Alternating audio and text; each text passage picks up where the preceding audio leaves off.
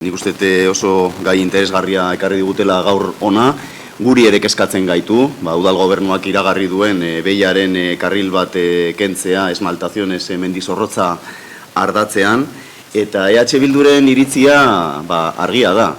Gure ustez, behi autobus elektrikoaren sistema arrakasta handikoa izan da, erabileran eta mugikortasun iraunkorrean, datuek hala esaten dute, L2 linea antzerakoak zeuzkan 3 milioi bidaiari urteriko berenean, 2019an, eta behiak 2023an izan ditu 4,5 baino gehiago, beraz, 150%ko hobekuntza izan du. Horrek esan nahi du, arrakasta historia bat izaten ari dela behi, eta ez dugu ulertzen orain nola kendu nahi zaion maiztasuna, ezta?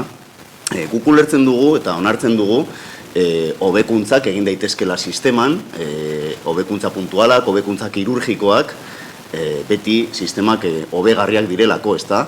Baina uste dugu ezin dela autobusaren zerbitzuaren maiztasuna kaltetu.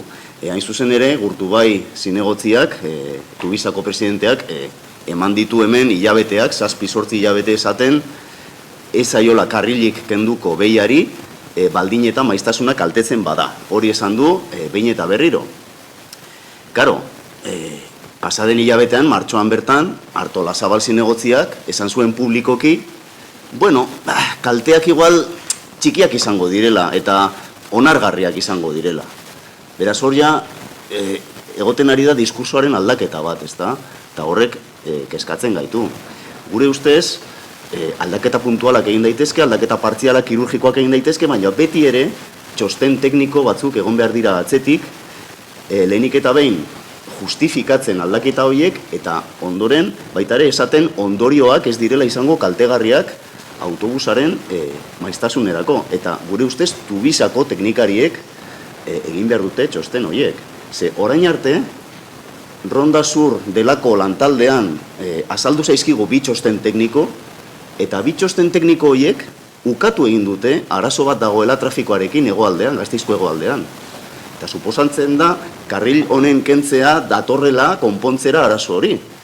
Ekarri zenituzten Leber ingeniaritzako teknikariak, eta haiek esan zuten ez dagoela trafikoarekin arazo bat hegoaldean, trafikoa mugitu egin dela, esmaltazionez Mendizorrotza ardatzetik Maite Zúñiga eta Iturritxu ardatzera, baina ez dala arazoa handitu, eta gainera gero, etorri ziren udal teknikariak, trafikoko zerbitzuko udal teknikariak, esatera egin diren bikoizketa partzialak eta neurri kirurgikoak Maite Zúñiga eta Iturritxu ardatzean, hobetu dutela 20% trafikoa ardatz horretan.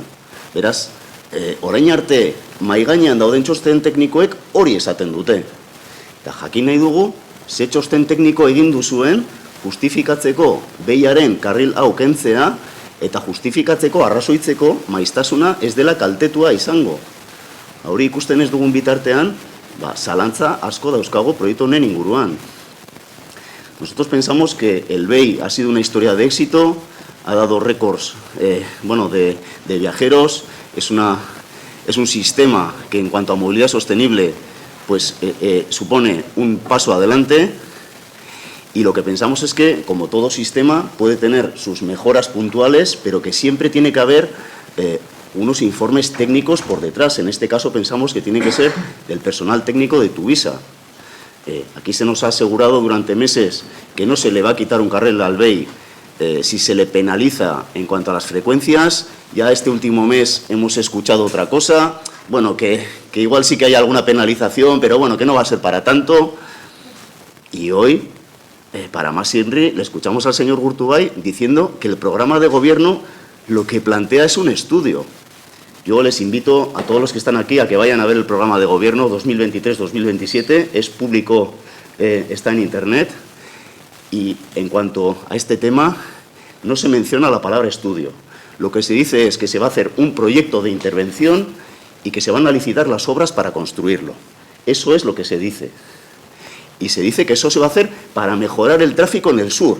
Es decir, que también se dice para qué. Luego, no entendemos muy bien las explicaciones que se están dando hoy, y lo que exigimos es que se nos traiga pues, unos informes técnicos que avalen este cambio.